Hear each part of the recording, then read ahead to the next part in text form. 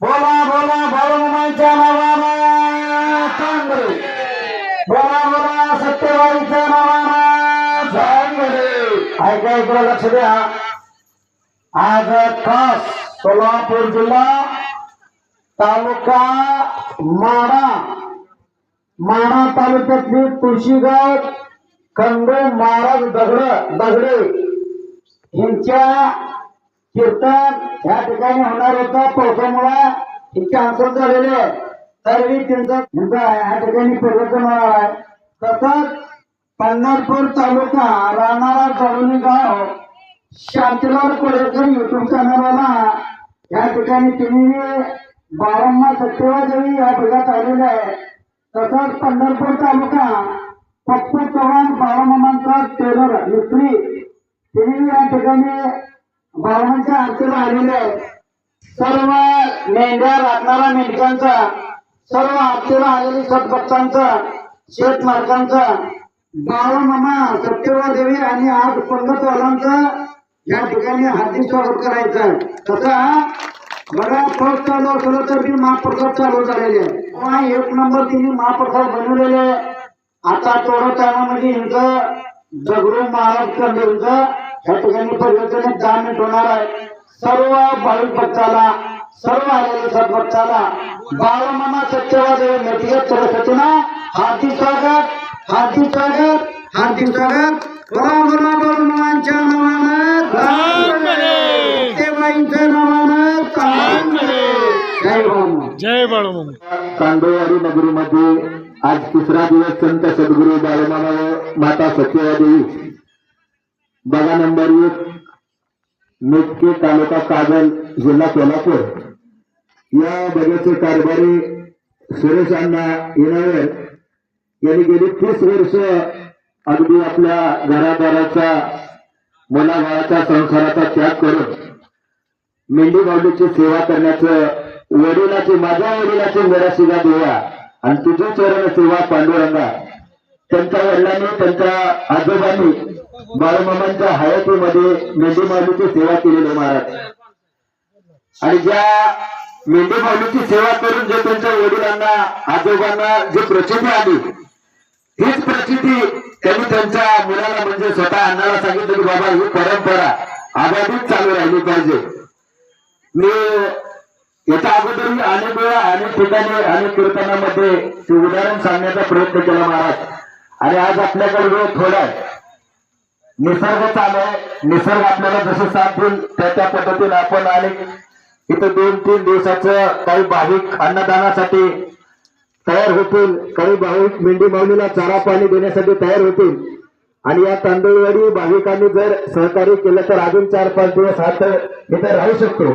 पण उपस्थित पंचक्रोशीतील भाविक कितपत या मेंढी माऊलीचे प्रेम करतात याच्यावरती मामा ठरवतात की बाबा आपल्याला अजून इथे किती दिवस थांबायचं.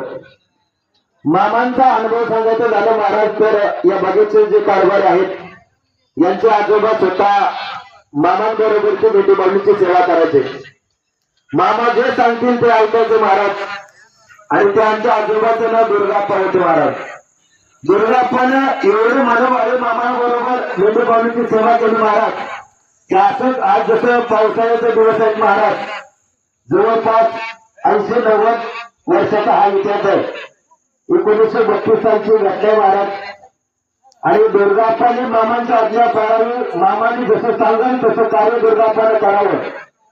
पण महाराज प्रत्येकाच्याच घरी सगळे दिवस सारखे नसतात महाराज.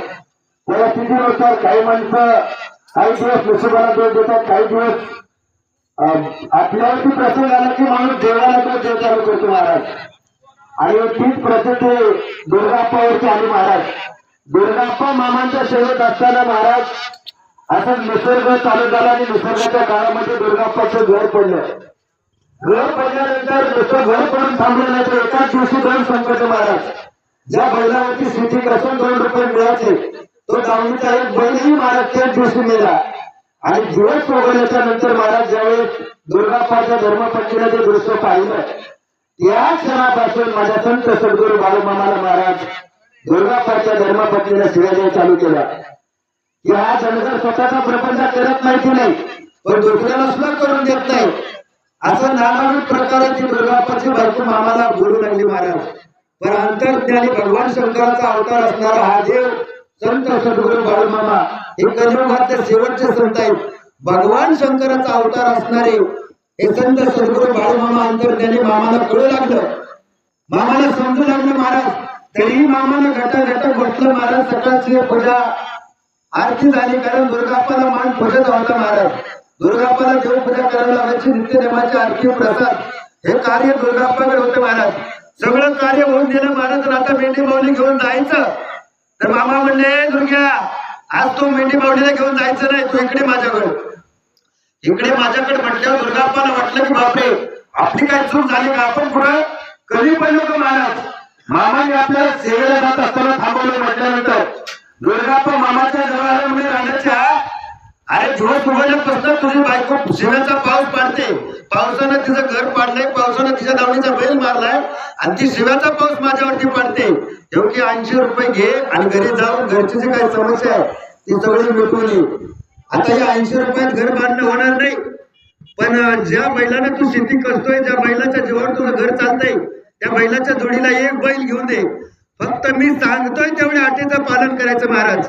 संत सद्गुरू बाळूमामा सांगायचे, स्वतःचा आगाऊपणा करायचा नाही. तू बाजारात गेल्याच्या नंतर तुला 80 रुपयात खरेदी बैल करावा लागेल. बैलाला 80 रुपयापेक्षा जास्त पण द्यायचं नाही, आणि 80चा कमी जर कोण देत असेल तर तो पण बैल घ्यायचा नाही महाराज. निपाणीच्या बाजारामध्ये महाराज दुर्गाप्पा गेले, दिवसभर बाजारात कोणी पण बैलाचा आणि त्या किमतीचा काही ताळमेळ लागला नाही महाराज. दुर्गाप्पाचं फक्त एकच टार्गेट होतं की आपल्याला मामाने सांगितलं की 80 रुपयात बैल आला पाहिजे. तो कसा आहे, म्हातारा आहे, करणं आहे, मार्ग आहे, अजाबात दुर्गाप्पा त्याची चौकशी करत नव्हती. बैलापाशी जायचे, किंमत विचारायचे, बैलापाशी जायचे महाराज, त्या मार्गाला किंमत विचारायचे. कोणी 150 सांगावं, कोणी 200 सांगावं. नाईलाज झाला महाराज आणि दिवस गेला, पण बैलाचा बाजारात काही व्यवहार जुळला नाही. कारण मामाने सांगितलं तर बाजारात गेला तरी तुला बैल मिळणार, तू बाजारात जाशील, चौकशी करशील, पण परत वाटण येताना तुला बैल मिळणार. वाटणे महाराज दुर्गाप्पा आले, वाटणेच त्या शेतकऱ्याचा मामाच्या दुर्गाप्पाचा विषय झाला आणि तो बैल दाखवला महाराज. होता बैल दिसत होता, बैल मारता होता, बैल 2 नागाला बांधलेला होता महाराज. पण दुर्गाप्पाला फक्त किमतीत 80 रुपयाला मिळतो का एवढं बघायचं होतं. कारण आपण जर देवाची आज्ञा पाहिली महाराज, कारभाराची आज्ञा पाहिली तर निश्चितपणे आपलं संकट दूर झाल्याशिवाय राहत नाही महाराज. दुर्गाप्पाला फक्त माहित होतं, आपल्याला मामाने सांगितलं की 80 रुपयाच्या वर पैसा जाऊन द्यायचा नाही महाराज. आणि दुर्गाप्पा ज्यावेळेस महाराज त्या शेतमालकाला किंमत विचारली त्यावेळेस त्यांनी 150 रुपये सांगितली. 150 रुपये किंमत सांगितल्यानंतर दुर्गाप्पाने सांगितलं, मग कुठेतरी जुळतं मिळतं करून घ्या, तुम्हाला पण तेवढं येणार नाही, आम्हाला पण एवढं देत नाही. असं करता करता महाराज त्या शेतमालकानं, त्या बैलाच्या मालकानं दुर्गाप्पाला सांगितलं की हा बैल मारतोय, हा बैल पाठी मागून घ्यायचा लाभ देतोय, पुन्हा तुम्ही म्हणाय नको की बाबा आम्हाला याची खोड सांगितली नाही. दुर्गाप्पा म्हणजे ती काही असू द्या, फक्त तुमची फायनल किंमत सांगा महाराज. फायनल किंमत सांगा म्हटल्याबरोबर तो बैलाचा मालक म्हणला, त्याच्या सगळ्या खोडी तुम्हाला माहित असेल, तुम्ही घ्यायला तयार आहे तर तुम्ही बोला, तेवढ्यालाच बैल मी तुम्हाला देणार महाराज. आता दुर्गाप्पाला आज्ञा होती मामांची, मामाच्या आज्ञेचं पालन करायचं होतं, मग त्या काय रांगत बसल्या नाही महाराज. त्यांनी सांगितलं एकच बोलतो, पटलं द्या नाहीतर राहिलं महाराज. 80 रुपयाला तुम्हाला बैल द्यावा महाराज. एका शब्दावरती त्या मालकानं बैल दिला, दुर्गाप्पानं बैल घरी आणला महाराज. दुर्गाप्पानं बैल घरी आणला म्हटलं तर आसपासची लोक दुर्गाप्पाच्या घरी येऊ लागली, बैल बघू लागली महाराज. बैल 2 दारानं बांधलेला महाराज. थोडे बैलाचा गेला तर बैल लावायचा आणि बैलाचा मारणे गेला तर बैल काय करायचा, लाथ आणायचा महाराज. आणि दुर्गाप्पाची बायको कोणाशिवाय देऊ लागली महाराज. घरात तर ध्यान नाही, सगळं लक्ष त्या बाळ धनगराकडे. बैल आणून देत होता तर जरा चांगला, थांबणार नाही, हाणणार नाही. मुलांना आम्हाला बघावं लागणार म्हटल्यानंतर नुसतं बघून आणायचं काम, एवढं काय त्या बाळ धनगराला तुम्हाला यायला लावले का, ती याला सुधरवणार आहे का. हे बोल दुर्गाप्पाच्या बायकोचं महाराज. दुर्गाप्पाला बोललेले माझ्या मामाला कळायचे महाराज. पण दुर्गाप्पाचा 100% नव्हे 1000% विश्वास होता की हा जगाचा मालक याच्यावरती काहीतरी चमत्कार करणार महाराज. बराचसा कालावधी गेला महाराज, दिवस मावळला महाराज. आणि दुर्गाप्पानं मामाला साकडं घातलं की बाबा तुमच्या आज्ञेचं मी पालन केले, तुम्ही सांगितल्याप्रमाणे मी 1 रुपया कमी दिला नाही किंवा 1 रुपया सुद्धा जास्त दिलेला नाही. तुम्ही बोलला असेल तर मी पाळलाय. ही जी काही समस्या ती दिवस चुकाच्या कामा निवारण झाली पाहिजे. फक्त माझ्या दुर्गाप्पानं महाराज मनातला भाव बैलासमोर व्यक्त केला महाराज, आणि हातातला चिमडभर भंडारा त्या बैलावरती टाकला, आणि सकाळ दुर्गाप्पाची बायकोन महाराज बैलाचं शेण काढायला गेली. तरी बैलाला नाथ हल्ली. पुन्हा बैल धावत होता म्हणून महाराज पुढे गेली, पण बैल धावला. पाठीवरनं हात फिरवला महाराज, तरी सुद्धा बैलानं शेण हरवलं नाही. हा चमत्कार हा संत सद्गुरू बाळूमामा आजही करतो महाराज. बोलो बोलो बाळूमामाच्या नावानं सांग भले. बाळूमामाच्या हयातीतले हे चमत्कार आहे. आणि तुमच्या या तांदूळवाडी नगरीतील महाराज आज ज्या शेतमालकाच्या शेताची मेंढी मावले ते दादासाहेब पारसे महाराज, त्यांना दवाखान्यातून डॉक्टरनं घरी पाठवलं होतं की आता काय आमच्याच्यानं इलाज होत नाही, आणि इलाज करूनही काय आम्ही गॅरंटी देऊ शकत नाही महाराज. 99% म्हणजे 100% गॅरंटीनं तुम्हाला तुमची तयारी असेल तर तुम्ही थांबू शकता, नसेल तर तुमचं तुम्हाला मार्ग मोकळा महाराज. दवाखान्यातनं डॉक्टरनं महाराज घरी लावलं, आणि त्या डॉक्टरकडे इलाज झाला नाही महाराज. पण हा जगाचा मालक संत सद्गुरू बाळूमामाचा यांनी सेवा करण्याचा संकल्प केला महाराज. दोघेही पती पत्नी महाराज या संत सद्गुरू बाळूमामा व माता सत्यवा देवीच्या भाग्यामध्ये आले, आणि कारभारांना त्यांची जी काय परिस्थिती आहे महाराज, ती परिस्थिती कारभारांना त्यांनी सांगितलं. आता पाहिलं तर यांना बसल्या जाणं उठता येत नव्हतं महाराज. बघ्यात गेल्यानंतर अशी अवस्था होती की या व्यक्तीला उठवा लागायचा हात घेऊन. उठवलं तर जास्त वेळ बसता येत नव्हतं महाराज, म्हणजे जास्त वेळ उभं राहता येत नव्हतं. पण अशा अवस्थेत महाराज संत सद्गुरू बाळूमामाची जी ताकद महाराज या कारभारांना प्राप्त झालेली आहे.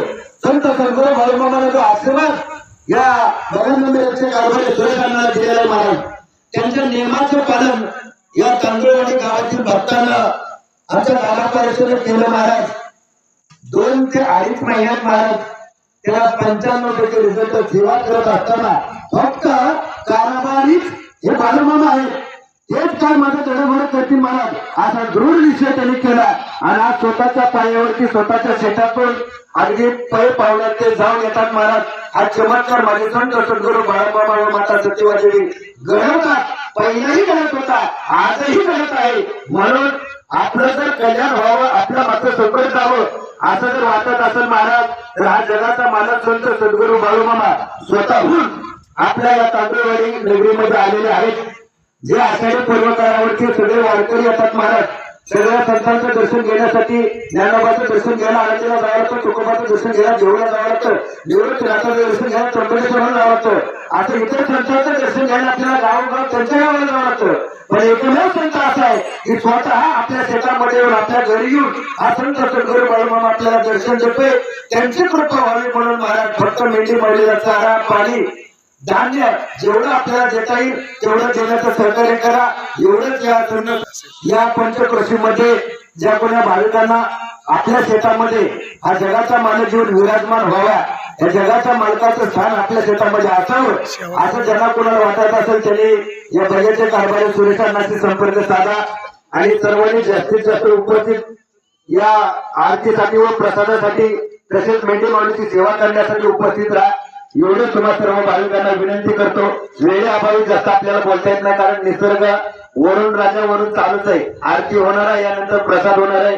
आजचे जे कोणी अन्नदाते असतील त्यांचंही या संत सद्गुरू बाळूमामा व माता सत्यवा देवी बघा नंबर 1 मेटके बघा तालुका कागद जिल्हा कोल्हापूर या ट्रस्टीच्या वतीनं त्यांचं मनापासून सतत धन्यवाद व्यक्त करतो. ज्यांना कोणाला अन्नदान करायचं त्यांनी या शेत मालकाशी किंवा कारभाराशी संपर्क साधला तरी चालतंय.